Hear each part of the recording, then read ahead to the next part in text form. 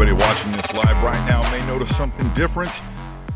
Tom is not in the room. He's not here live with us.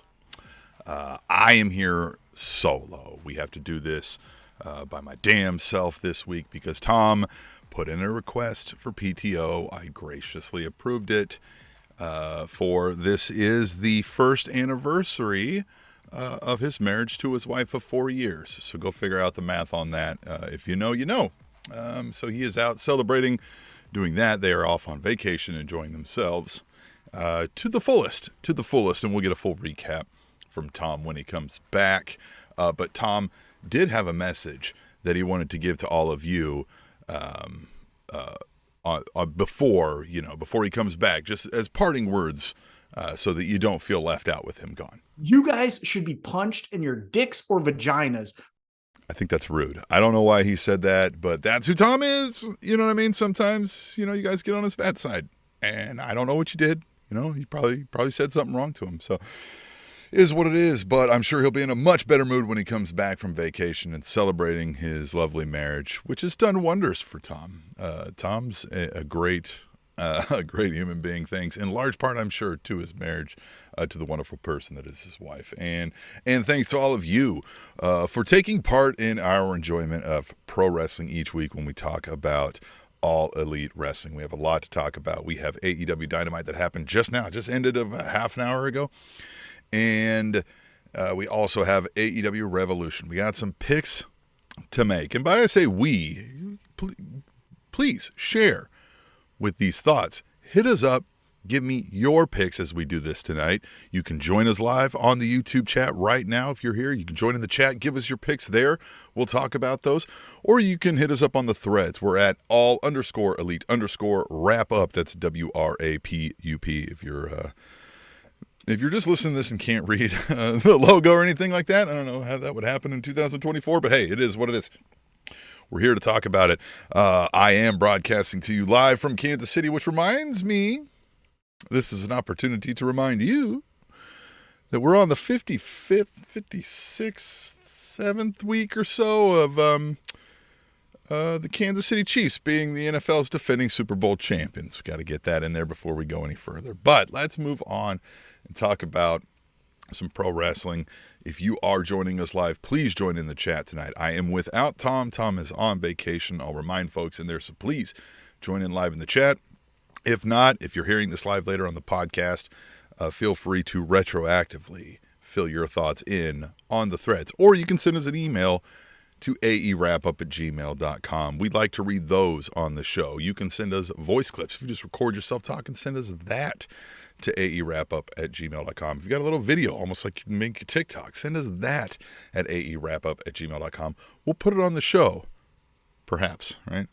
Some of you might send me, but we'll make a few editorial decisions in that regard. But send it to us. We want to talk to you. We want to hear what you have to say each and every week, not just this week when Tom is gone, but most importantly while Tom is gone this week on vacation. Talk to us. Make some friends. Make some wrestling friends. But we had AEW Dynamite tonight, and I think it was good. It was a good go-home show. I think they hit a few things that they needed to hit going into the pay-per-view, and some things are still left to linger a little bit. So we'll just start talking about some of those things and see sort of how it shakes out. It kicked right off with the music that we all love to hear. Hangman Adam Page's music is one of the things that we love most about All Elite Wrestling, Tom and I at least. He's so fun. We get a warm feeling in our guts, right? We're like, yes, it is time to do some cowboy shit, and we love it. And so the music hits. I'm getting excited. I'm all preparing myself for a solo show, which is a little more prep work than I normally do for the duo show. And I'm like, all right, Hangman, I'm gonna live thread about this. I love the Hangman. I'm getting ready. I'm gonna make some notes. And he is on crutches, and I am heartbroken. As I said on threads, I am both at the same time happy to see Hangman and sad that this appears we may be seeing less of Hangman. So I thought, and we get the promo, and he's doing the sad face and the Hangman and man, the opportunities, and I had it then and I had it now, and I'll be paraphrasing for some of this. And, the oh, shucks, here we go again. And then Swerve hits. And to my surprise, Swerve is not twisting this knife as much as I thought. It feels like Swerve was about to give him a little bit of some respect, right? A little bit of the like, hey, while you're hurt, I'll let you know, sucks to be you. I feel for you, but like, tough shit. I'm on my game and I'm going to go win this title. And we get another interruption by the key player in this cog, the All Elite Wrestling World Champion, Samoa motherfucking Joe. And he comes out looking suave and just saying, yeah, whatever, right? Like, hey, I get it. Okay, you're hop along over here. He's like, I don't even know why you're here anymore. You're negligible. It doesn't even matter now. And he just kind of says, look, both of you are just chumps basically here. You only exist because I'm here, right? And like, it's basically your glass ceiling, if I could paraphrase it. And Swerve decides to take over and start, telling him who he is. And this is an impassioned speech from Swerve that we get. And I'm liking where it goes, because now I'm like, all right, so it's going to be Swerve versus Joe. And we're full on Swerve face mode now. And we get the shock heard around the world, the attack with the, I believe it was the crutch. Man, memory might be serving me wrong here. in my old age here. And the attack, and Hangman is just vicious, telling him, like, you're never getting this. Like, you think I'm nuts. Like, I'm doing everything I can to prevent you from getting this. And more on that later when I go into picks, when we're done kind of going through our breakdown of Dynamite tonight. But I think we got the full Hangman heel turn here, didn't we? I mean, if you think otherwise, you're in the chats here. Join in and talk to me. Let me know if you agree or disagree here, but I think that we got the full heel Hangman turn, and I'm excited where this goes. I felt like this was Mark Henry retirement-esque, if I can be honest with you. I did not see this coming. I thought he was legit hurt. He did a great job selling last week. There was debate on whether that was real or not, and it looks like if that was pre-planned to set this up, excellent. Awesome. I'm excited to see where this goes, and we'll talk more about it when we make our picks. But I thought this was one of the coolest things to open the show with. I really like this a lot. And then in our very next segment, we get what becomes a wonderful chef's kiss theme throughout the night. I like when we get, I love when wrestling is set up this way, if I can explain it best this way. The show opens, maybe not even opens, just the show exists, and we have our storylines, right? We have this main event storyline that just happened. We're going to go into another storyline that we're going to talk about after that, and then another one. But kind of on the in-betweens, we have a bit of a central theme that is the storyline, right? And that then culminates at the end. I love when we find a way to work this. I know it is hard to do that each and every week because you have to force it sometimes, so I don't want to make it your constant format, but I love when we can do it this way, and they pulled it off really well this week. We get the Young Bucks. They're talking to Renee Paquette, and they're at, she asked about their meeting with Ric Flair and Nicholas and Matthew Jackson. They, with Bats, basically said, we're just looking for Sting because we want to conduct his exit interview, which is great. This EVP bit that they're doing, I love it. The exit interview on his way out was a great line, and I even put on the threads of this should surely to be the most professional exit interview. Love this. If they continue this Young Bucks theme after this pay-per-view, right? This EVP characters that they're doing, they need to continue to do things like this, right? They need the Bats to be doing their counseling, if you will. Anybody on the way out, you do the exit interview. I need them to be implementing a dress code, which we'll talk about later. I love all of this where it's going. And so this was a blip, but we knew more was coming, right? They're off to find Sting, as it were. And that's where we go throughout the night, and I loved it. But we come up next on a triple threat, or, six-man. What do we call these? Yeah, six-man tags. Jon Moxley, Bryan Danielson, Claudio Castagnoli of the Blackpool Combat Club taking on FTR and the man of the hour on the All Elite Wrap-Up at almost all times, Eddie motherfucking Kingston. Eddie Kingston is a god of this shit around here. We are always Team Eddie Kingston. But man, don't we also love the Blackpool Combat Club. So this was set to be interesting, and I think they delivered on what we knew this was going to be, right? This was going to be sweaty, hairy dudes throwing haymakers, right? There wasn't going to be much here. There was going to be a lot of slobber and elbows thrown here, and I think we got it. I still don't kind of know what this is, though. Like, I need more than just pride of who's the toughest, and I think that's what we get a lot with the Blackpool Combat Club, very particularly. FTR does that a lot too, but they also seem to pair it well with something else in the individual storylines, right? They can kind of angle away from other than just that. But Blackpool Combat Club, I get it's we're gonna fight. Why? Because we're gonna fight. What are we fighting for? To show that I'm better than you at fighting? Be like, okay, well, like, yeah, great, thanks, man. I feel like we get that a lot, and that's kind of, I was wanting more during the match, and obviously it's not a place they're going to give it to me much there. So, Blackpool Combat Club gets the win here when I believe it was Danielson got the triangle choke on Kingston, right? He set him up after he, set him up and started giving him the kicks to the face and all that, and basically just punked him out. Does that lead into what happens here on the pay-per-view? What are your thoughts here? I'd like you to join in on the chat, of course, send us the threads, the emails, but interesting turn of events. The Blackpool Combat Club, I feel, needs something a little more now. We've established you guys are the fight club, that you guys are coming here to fuck shit up and kick teeth out, and we don't care what's going on, and it's a fight because we said it's a fight. Cool, but like, are we using that as a tool to acquire something? Or are we just a disruptor?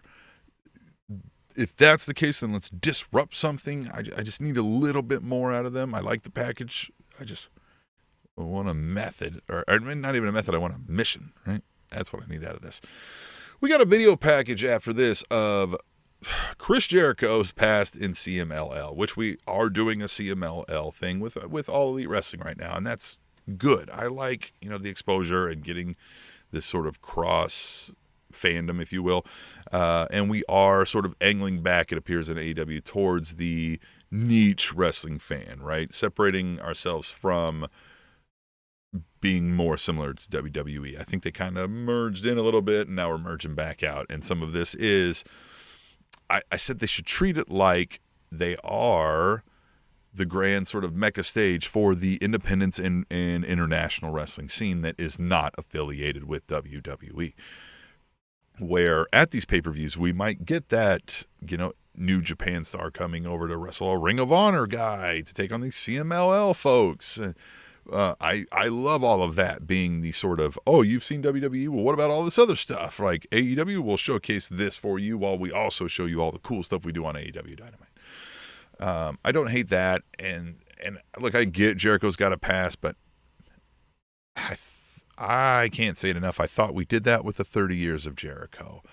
I felt like that's where we were going to end the years of Jericho, and we didn't. And I don't want to keep beating a dead horse, but now I kind of don't care because of that.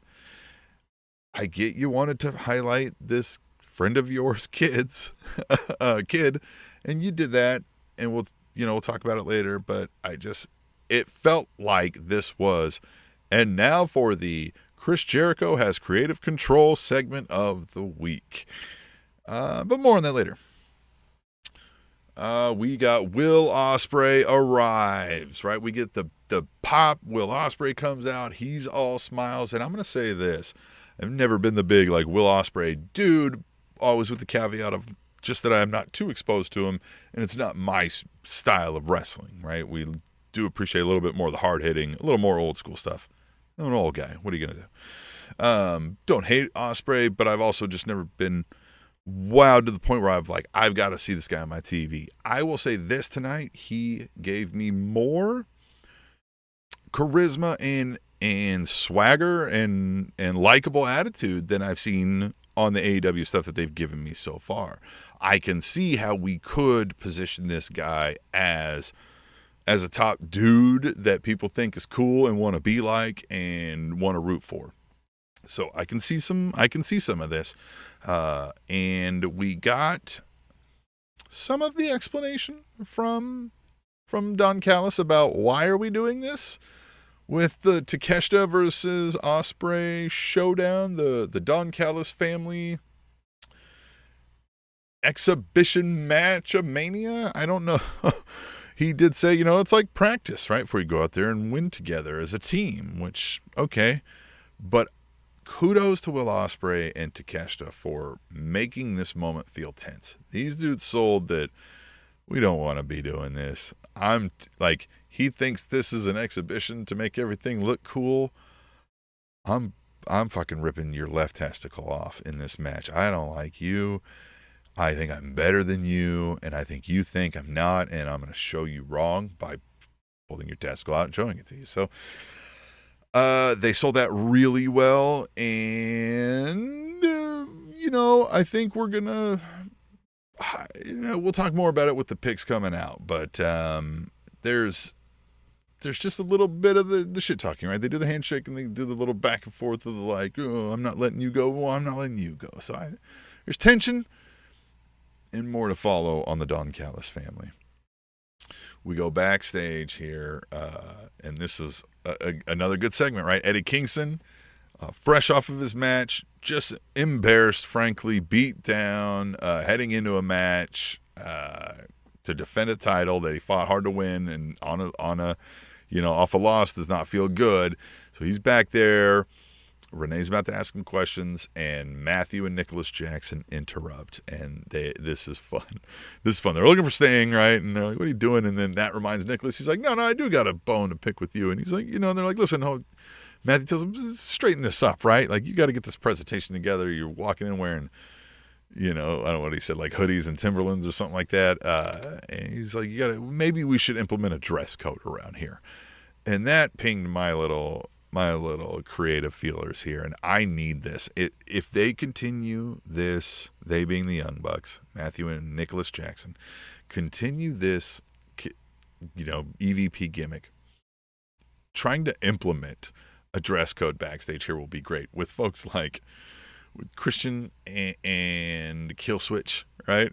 He's over here wearing I don't even know what, right? A vest with straps on the back, and Christian's got a turtleneck with no sleeves. Like, they just got to be all over that.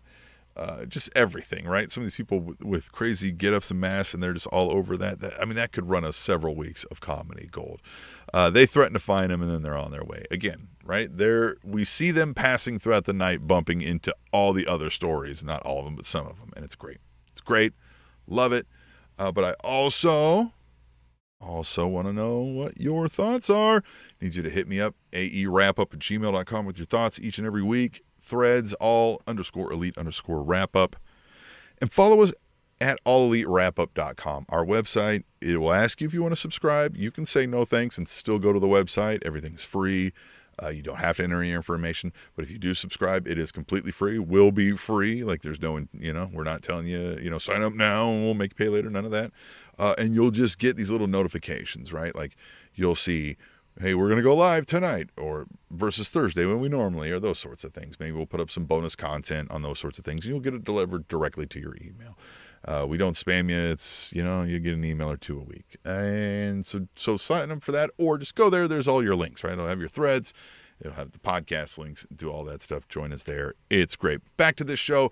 AEW International Championship was on the line. Orange Cassidy defending against Nick Wayne with the patriarchy in tow. Christian Cage, Mother Wayne, Killswitch, all there. And pause. I know what we've said here with Killswitch because, we took away his identity. It wasn't Luchasaurus, so we made him Killswitch because that's Christian Cage bestowing his name upon him in a fatherly way. But we're doing the family thing. It doesn't kind of fit to have this dinosaur mask guy called Killswitch when we have,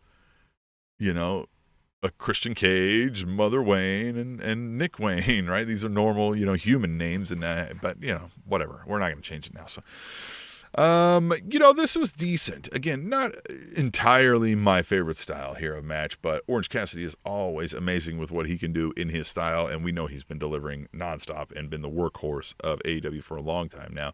And Nick Wayne is this promising upstart who does show a lot of athleticism and, grew up in this industry in his bloodline, as you were.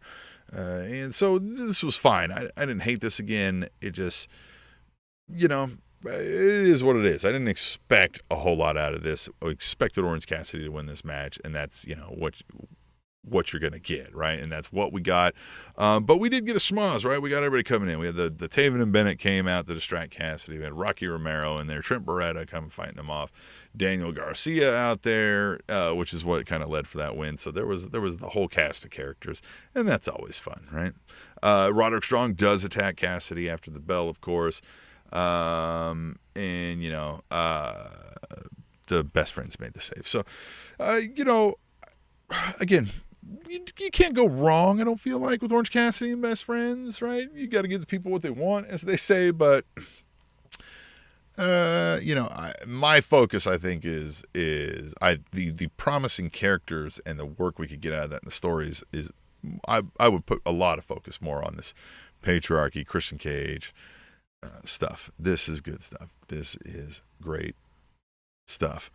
Now, we had, after that, we went backstage and we got the Bang Bang Scissor Gang, once again reminding us that they are friends and everybody likes them. Back to you, Bob. Was there something else? Did I miss anything else about this? Can somebody tell me, is this all we got? Because I felt like that's it. They just came out and they were like, by the way, once again, we're the Bang Bang Scissor Gang and we like to finger each other. Wow.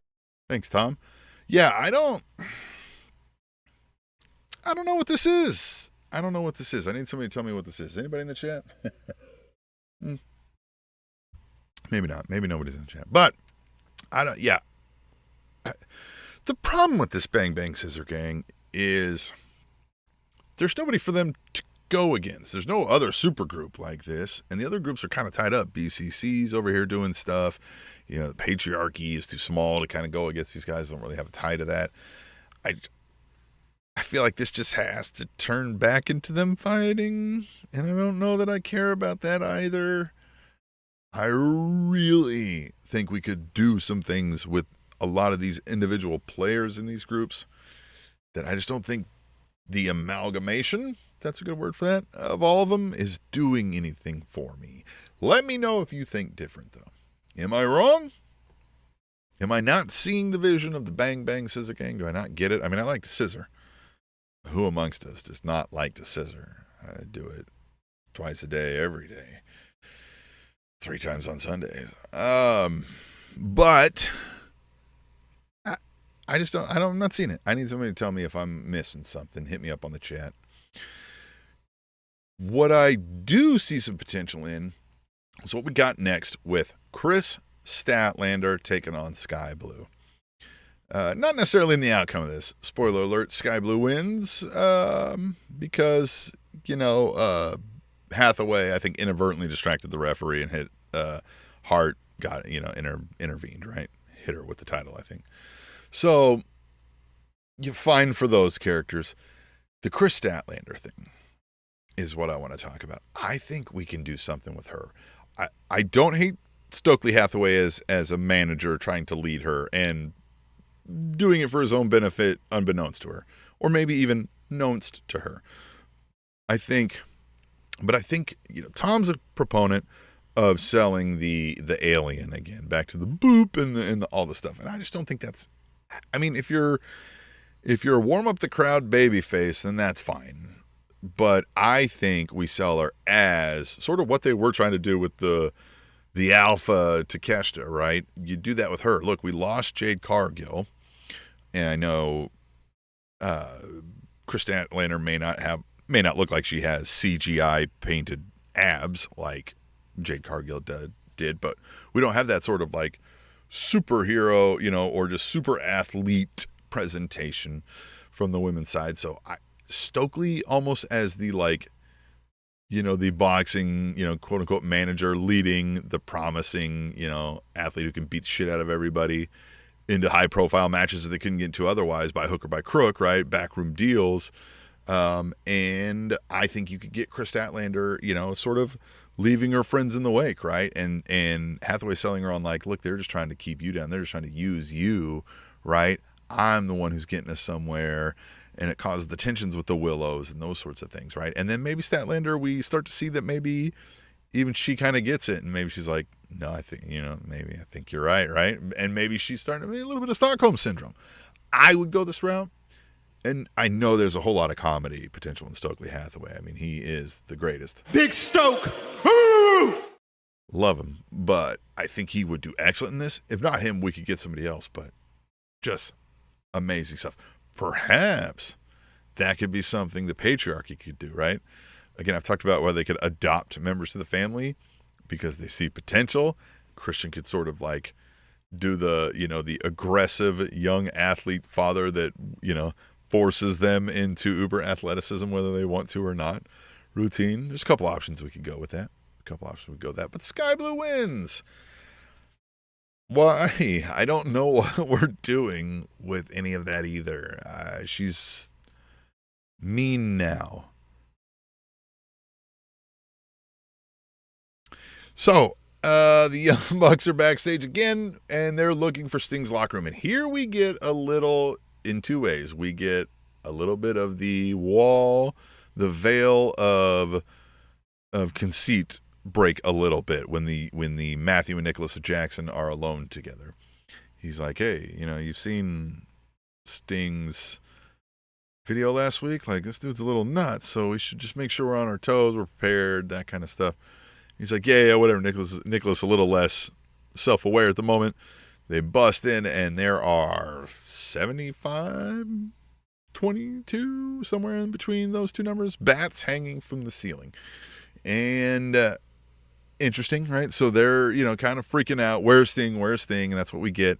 And they had a cool visual with, there was just a long-form mirror, and you see Matthew Jackson kind of staring in that mirror with the kind of realization that he's a little scared.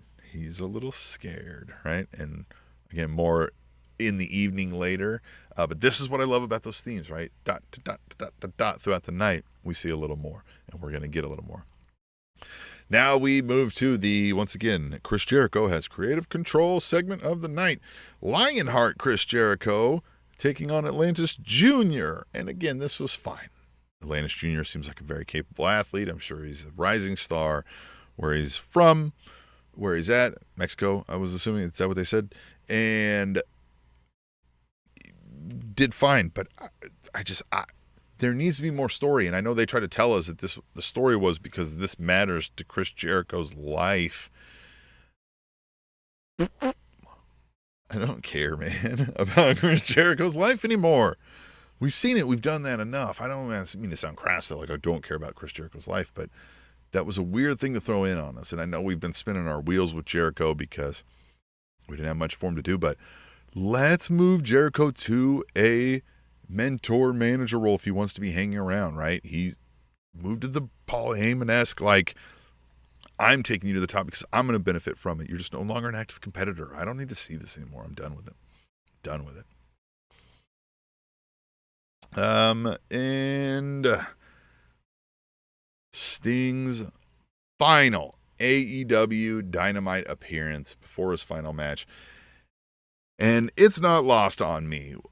If you've known Tom and I from the early days of the Spanish Announce Table in July of 2013 when we started doing this thing together, Sting has never been one of my top 5 guys like a lot of folks think. I've always thought he was, did great, but I've always just thought, he was above average, but I didn't see anything wowing me, he's fine. And I've grown so much more appreciation for Sting with this AEW run. The stuff he has done here, the way he's put his body on the line, the way he handled being a star. I know he's won a title here, but other than that, he was never really, we never thought Sting's going to win the world title at 62 years old or anything like that. He always did everything with a vigor and an appreciation of being able to be there, if that makes sense, right? You could feel coming through the screen that Sting was so happy that he had this chance, this opportunity, this ability, and he was making the most of it and trying to help enhance everything around him while doing it. And I couldn't thank Sting enough for doing that. And it does suck that he's going to be gone. It does, I think, hurt AEW a little bit. The legitimacy of Sting. It's another person that the mainstream folks still know who that is. And not being able to sort of roll him out there, it can't be better for you than when you could. So how they'll handle this going forward too, I guess time will tell. I mean, there is no replacing Sting. And, Matthew and Nicholas Jackson came out here first, right? They're messing with some fans. But they find one, it's Darby Allin, and the fight's on, which is good. This is fine, right? This is good. We kick it off. No need for them to come out and say anything else. They've said it all night. Young Bucks get the upper hand. They're attacking them. They hit the EVP trigger, which I love that term, the EVP trigger. I love that we call it that now. And we get the Ric Flair music. And so now I'm left here thinking, what are we doing? Is Ric Flair going to come in here and also give Darby Allin the what for? Is he going to give him the old Kansas City cunt punt? Or what's going on here? He grabs a bat, but he attacks the Young Bucks instead. And they're like, well, that was dumb. And they beat him up. And now Sting's music hits, right? Because Sting wasn't going to help Darby, but he'll help Ric Flair. Don't know what that's about. But the music hits and Sting comes down from the rafters, right? We've got to do that. He can't walk down the ramp for his last time. I don't know why I didn't even think about that. I see it happening. I'm like, oh, of course. He goes down with the bats. Darby Allin hits a coffin drop. They do the death drops and all that stuff. And they all stand there and they laugh and wave and all of that. And we're going to get a match. Sting's final. He said for sure, right? Final. Exclamation point, not question mark. Final match at AEW Revolution. And what a career. More to follow, I guess. More, we'll talk about it. But AEW Dynamite, I thought, was decent here. I think there's some things they could have shored up. They could have done better. I think that's overarching, right? I think there's character work they could do and some other things like that. But I think as far as a go-home show, I know we still have a Rampage and Collision to come, but this was the go-home show as far as your main show. I felt like they did a good job. I think they made me intrigued to want to know what happens here in some of these things. In fact, I think they specifically helped me be a little more intrigued in Ospreay Takeshita, Danielson Kingston, and even the main event. I'm a little more interested in of how they played that out, and the Young Bucks and the Sting match. And I guess we'll just get into that. Normally, we do these picks each week. Tom and I go back and forth, and we keep a score, and the loser has to wear a shirt of the best pro wrestler of all time, Jeff Jarrett, as a punishment. And, if you lost the previous pay-per-view, you'll wear that shirt the next show, and then when we make these picks for the next one, you'll wear it again. And Tom's not here, so he can't make fun of me, thankfully, because I'm wearing the damn shirt. Look at that. Anybody watching live on the YouTube, look at that. Jeff Jarrett. Hi, slap nuts, he says. This shirt sucks. It's off-centered. It doesn't fit well. The quality is fine. It's a pro wrestling t-shirt. The material is great. The print, like it's the quality of like the material of the print and like its coloring is fine. But I don't know if Jeff Jarrett sent them an off-centered logo, because that's off-centered, right? Of where that's at, and that's fine. I don't know. It's weird. I don't like it. That's why it's a punishment. It also makes me shiver and it burns at the same time. Thanks, Jeff Jarrett.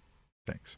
So I'm wearing that, but I'm going to make better picks tonight than Tom did. Tom sent me his picks. I've got them over here. We have, out of, what do we got? 1, 2, 3, 4, 5, 6, 7, 8, 9 picks right now. 9 matches that were on the AEW AllEliteWrestling.com and what they announced on Dynamite. So we differed on 4 of those picks, and he picked one of them to be our tiebreaker because we found out We can tie if we don't have a difference in picks that's an odd number. And we'll talk about that throughout the night. So that way, if we tie, one of the matches that we're different on will take supreme choice. And whoever got that one right will essentially win then if that were the case. So we're going to break these down. I'm going to go through some of this. If anything changes between now and then, Tom and I may have to hit it on the side or we'll just deal with it. This is a weekly podcast. What are you going to do? We can't be super up to date all the time. We are going to get, instead of the Meat Madness match, which hurts my soul to say, I wanted that so bad. I know we're going to get it someday, but we're getting there. We're going to get a meat division. Tony Khan, I know you're watching / listening. I know it. I feel it in my bones. I know it. I feel it. You hear me begging for this meat division. And you're slowly teasing me with it. And you're going to give me a Meat Madness match and you're going to take it away. You're going to give it back to me. I hope you're not going to take it away then. But we're going to get it. We're going to get it. And so for now, Meat Madness takes a backseat to this all-star 8-man scramble match. And it includes Chris Jericho, Powerhouse Hobbs, Lance Archer, the Murder Hawk, Wardlow, Hook, Brian Cage, and the winner of a Rampage match between CMLL's Magnus or Matt Sydal. And the final competitor will be the winner of a collision match between Penta El Zero Miedo, Dante Martin, and the bounty hunter, Brian Keith. So now, Scramble, I don't know exactly what that means. I don't know what their rules are in AEW. If we've seen one of these before, if this is like a first one to pin, or if this is a time, like the championship scramble was like time limit, and whoever kind of had like the latest pinfall wins. I don't know what this is. This is elimination. I don't know what it is. But Tom predicts that Powerhouse Hobbs is going to win this match, and Tom is wrong. Wow. Yeah, he's wrong. Because Wardlow's in this match, and they are on a Wardlow hard-on right now. They love them some Wardlow. They want him up there, mad and screaming, and he's going to win this, and he's going to say, I'm Wardlow, and Wardlow is going to win this. It's Wardlow all the way. Put your money on it. If you win, you owe me some of it. If you lose, you shouldn't have listened to me. I'm a podcast host. I'm in my basement. We got the Blackpool Combat Club of John Moxley and Claudio taking on FTR. And Tom and I both think Blackpool Combat Club are winning this. Yes, FTR can go. Yes, they're on the level of that same sort of we fight to fight and we love to do this as BCC, but I just don't know. I kind of don't know if FTR is around for the long haul right now either, but I know BCC appears to be, and I think they're in long-term plans to maintain the level that they're at. So I think they'll get a win, a tough win, where people are bloodied, and we're going to say, man, and then they're going to set it up for someday we're going to go, FTR BCC 2 or whatever, and a couple more pay-per-views. So I think we get BCC winning this, and so does Tom. But what, again, do you think if you're watching us live on the YouTube? You can jump in on the chat, or you can send us some pics. The email is aewrapup@gmail.com or Threads. We love to respond. We're also on the TikTok. We're on there. You can check us out. Like, again, go to alleatewrapup.com. Find all kinds of cool links up there. Let's talk about the TNT Championship is on the line. My dog Daniel Garcia is going to dance down that ramp. I'm going to love doing it with him. He is not going to dance out of there with the title. He might dance out of there, but Christian Cage is winning this. We're going to get all sorts of interference.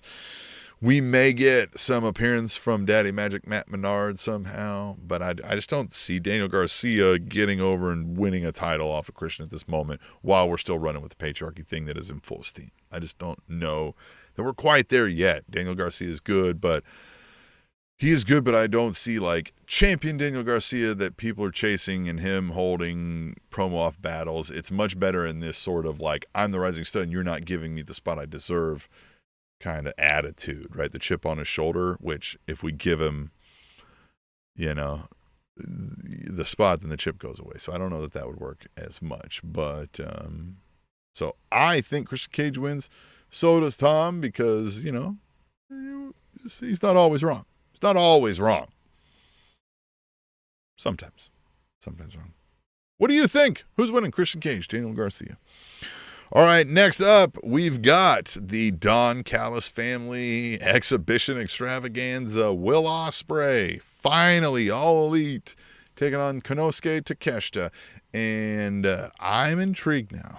And here's where Tom and I differ. Tom is going with Ospreay, and that's an easy pick. It's Ospreay. It's his first thing. He does look like, I've got command of the crowd here. Everybody loves me. Let's start him off hot.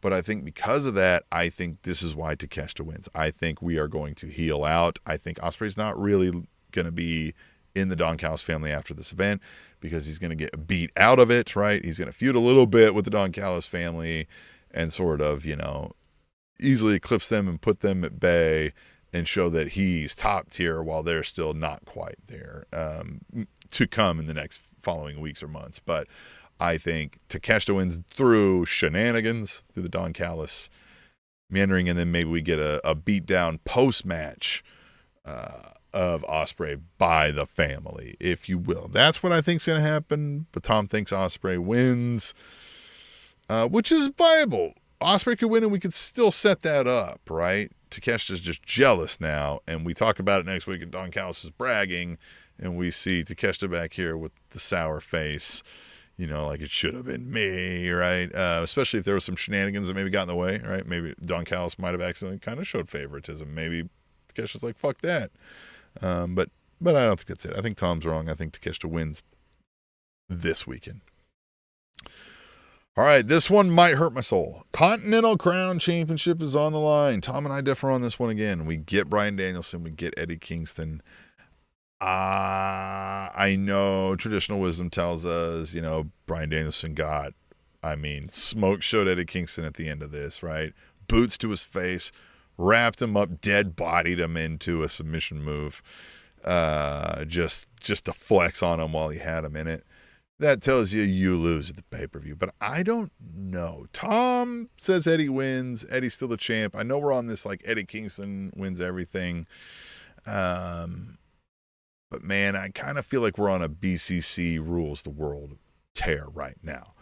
And I think we might get a short run of Danielson with the Continental Crown Championship. I think Eddie Kingston takes it beyond a mini feud with him, right? But I think we might get that so that Danielson has something to do on the side for a little bit with Kingston on some of the side shows, and maybe Kingston at the next pay-per-view gets this back, or even on a Dynamite or something. So I'm going to go, 1, so we can be a little different, and 2, I think we need a shocking moment once in a while. I think Danielson might pull off the Eddie Kingston, and now we get the what? But we thought Eddie was the guy. Now what? Let's see what happens there. But what do you think? Once again, join in the chat.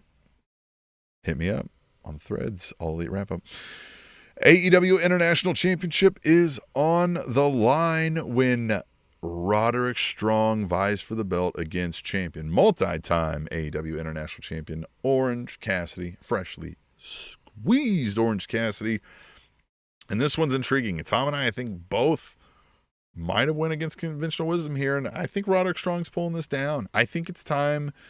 Again, paired with me thinking Wardlow wins the Scramble match, I think Roderick Strong wins this, and now we get a little bit of the Undisputed Kingdom having a little more backing than what they've had. They've been spinning their wheels with nothing to do, right? So now if Wardlow's winning a Scramble, Roderick Strong's got a title, I think they got a little more meat to their bones. And I think we've seen Orange Cassidy with the All Elite International Championship so much. I mean, he does it so well, but there's just nothing more to tell. And I think this would help the Undisputed Kingdom way more than it's doing anything for Orange Cassidy anymore. Other than it gives us an easy way to feature Orange Cassidy in prominent matches. I will give it that. There's an easy way. When he's got a title, it makes it way easier to have a guy who seemingly is supposed to not care about things be in a high-profile match. So there is that. But I think it's time. So does Tom. We both say Roddy Strong. What do you think? Let me know. The AEW Women's World Championship is on the line when Deonna Purrazzo tries to take the title from timeless Toni Storm, and she will fail. She will fail miserably. So says Tom, so says I, because look, man, Deonna Purrazzo seems fine. I think she's good. Everybody says she's good. I agree. She's fine. She's good. She is not to the level of like walking in the door, I'm taking that title off of you. We may see that when Mercedes Moné shows up on AEW television, right? That's the person who has the reputation behind them to do that. And I just don't think it's Deonna Purrazzo here at this moment. So I think Toni Storm wins because the character is too good to not right now. I don't want her to continue. Like I said earlier, where Eddie Kingston loses to Danielson, then he has to kind of fight back to get it back. I don't want that here with Toni Storm. Toni Storm needs to dispel Deonna Purrazzo and on to the next. Toni Storm wins. I say that. Tom says that. I'm going to jump one more and then get back to the main event. We have sort of what will probably be the main event of the show is the Tornado Tag match between Sting, Darby Allin, and Matthew and Nicholas Jackson. And Tom and I both picked the Young Bucks, the Jackson brothers, to win this. Because I just don't get the feeling Sting is going to do anything other than take the stance that wrestlers go out on their backs, right? That you look up at the lights, that you give somebody the rub. Is that happening? Are the Young Bucks, they don't need a rub. I wouldn't even call this a rub if they were to win. So that leads me to believe Darby does something here. It either is Darby lets Sting down, causes him to lose, and we get Darby's head is now messed up, a la sad anxiety Hangman. And we get Darby's, sad and pouty and, whatever that means later. Or we get Darby purposely beats up Sting. Remember I said Darby was getting his ass beat by the Bucks, and we didn't hear Sting music. We heard Ric Flair music. And Ric Flair, who is alive, tried to help in a fight. And then when he starts getting beat up because he's alive, then Sting comes down to make the save. So maybe Darby's like, what is that? I'll show you. Titty twister. You lose. So that can happen. Or I like the idea of he lets him down. He's not quite there, or he takes the pinfall or something, right? Like, or he did something stupid that knocked out Sting or something, and they lose. And now the Young Bucks are the tag team champions, and they're the EVPs, and they're running things. They're on power trips, and they are bullying and harassing Darby Allin every chance they get. You dork. You nerd. Look at us. You going to paint some teardrops on the other side of your face? You nerd. Like, God, look at these titles we got. Your dad had to retire because of us. Dork. Like, I could get behind that. I think that's the better route to go, if I'm being honest. That's the way I would go. But either way, I think Young Bucks win this somehow. And, of course, it'll be by hook or by crook. But, yeah, the key question here, and the very intriguing question is how does Sting's final match end? Does Sting take a pinfall or tap out to somebody or not answer a 10 count or something? Or does somebody else lose? Or does Sting win it? And he's just like, thanks, I'm retired. Titles are vacant. I hope not. That sounds boring, but we'll see. All right, main event. And Tom and I differ on this one, and it's Tom's chosen tiebreaker. So again, to recap, we picked 4 matches differently, so it's possible we could have an even score at the end here, and if that happens, this match that we picked Difford on will be the identified tiebreaker. So essentially worth 2 points for Tom, if you will, in that tie situation. Well, 2 points for whoever picks it right. The World Championship, the All Elite Wrestling World Championship is on the line. Hangman Adam Page, AEW World Champion Samoa Joe, and Swerve Strickland. And what a colossal situation we had to start this show to get us here tonight, and I love it. And now Hangman, I can really get behind this. Vile, evil, vindictive, mustache-endowed Hangman Adam Page, and he is just out for vengeance. And here's how this is going to go down. Tom says Swerve wins this because it is whose house? Swerve's house, and it is Swerve's time, and everybody is behind Swerve and is lightning in a bottle right now, and we want Swerve, Swerve, Swerve. But I think everybody thinks we got the Hangman final heel turn, but I don't think we did. I think Swerve is going to win this some way until Hangman does something that makes us question that we ever treated this guy like the Messiah that we've made him out to be. Might take him down a notch, honestly. Maybe I don't want him to do this. He does that to Swerve. He could win the match, but he opts not to, and Samoa Joe wins. And you know what I mean? And it's just that Hangman was like, you will not win it. I told you, you won't. And now, you know what I mean, we run it back again for the, I don't know. We might not go that route, but I think Joe wins this because of the feud between them still. I think we still get a little bit more of Joe with the title. Tom doesn't think that. He thinks Swerve is winning this.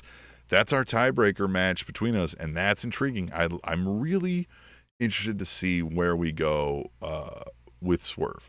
It really... He is on fire right now. I see advocating, like I'm sure Tom is, that, man, we have missed sometimes lightning in a bottle. And if you don't hit it, sometimes you lose it. You think you might be able to get even more, but maybe you don't. Maybe you don't. So maybe Swerve's got to win this, and maybe that just enrages Hangman because he tried. Maybe Tom's got the scoop. Maybe he tries to do what I said. Maybe because he thought he, you know what I mean? He was gonna take. Look at that. Tom saying in the chat that Swerve is gonna be champ. Easy pick, pal. No, wrong. Maybe because Hangman tries desperately to do something to keep Swerve from doing it, he screws up and it helps Swerve win Samoa Joe or beat Samoa Joe, and now Hangman is out of his damn mind. That would be intriguing. That would be good stuff. I think Joe stands tall because of the feud between them. I think we're going to continue some of that, maybe not immediately, but I think that's how it's going to go down. What an intriguing card, though. Man, Sting's final match. Again, I don't know that it can be said enough where what he's done for the wrestling industry, how long he's done it, what he's meant to so many folks. He is on or near everybody's Mount Rushmore. He's unilaterally treated as one of the most respected and liked folks in the industry. And it is going to be, as I said, weird to see AEW navigate this. Sting being gone in no way is better for you than having Sting. So even at 60, whatever years old, and he had to retire Sting, like, it helped you legitimately in the eyes of people seeing you on TV to have Sting on that programming. And you're not gonna now. And that sucks. I don't know what that means for, you know what I mean? How AEW presents themselves, well, like what they do next to try to beef that up a little bit, right? The sort of like, hey, you know this person, without Sting did that so magically, right? Where you could say, you know this person, Sting. And he wasn't like, Sting's the world champion at 65 years old, right? He's like Ken Shamrock over here. Ken Shamrock probably actually could legitimately be a world champion. But I think this was fun. I think I'm done now. I think I've had enough. I got to end this show so that I can get this thing off of me and get it wrapped up neatly without washing it. Over to Tom Maybe I'll sit on it on the way over there on the car ride, so that he can wear it next when he inevitably loses these picks. Tom is watching me instead of having fun on his vacation right now. I'm sure his wife appreciates that a lot. Make sure I send her a message about that. I'm gonna send her and be like, do you know Tom is watching the show? Instead, like, he could have just been on here right now instead of doing whatever he's doing with you. I knew him first. All right. We are going to leave it at that. Hit us up in the Gmail, aewrapup@gmail.com, on the threads. Tell us your picks. And tune in next week as we review how well I did. And you can see how great Tom looks in this shirt next week on the All Elite Wrap Up.